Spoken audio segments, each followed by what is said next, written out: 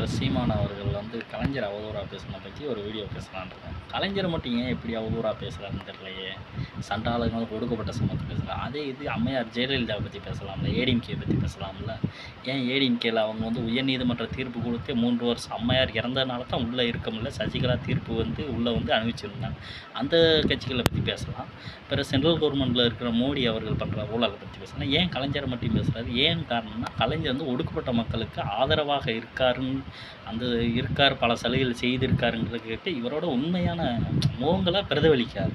அதனால் தமிழ்நாட்டில் உள்ள பட்டியலின மக்கள் வந்து சில பேர் புரிஞ்சுக்கணும், இளைஞர்கள். நானும் அந்த சீமான் வழியில் வந்து வீடியோவை பார்த்தவன் தான்.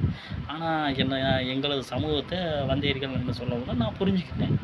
ஆமாம், இதனால் இளைஞர்களுக்கு என்ன சொல்கிறோம், பார்த்து நீங்கள் யோசித்து சிந்தித்து முடிவெடுங்க.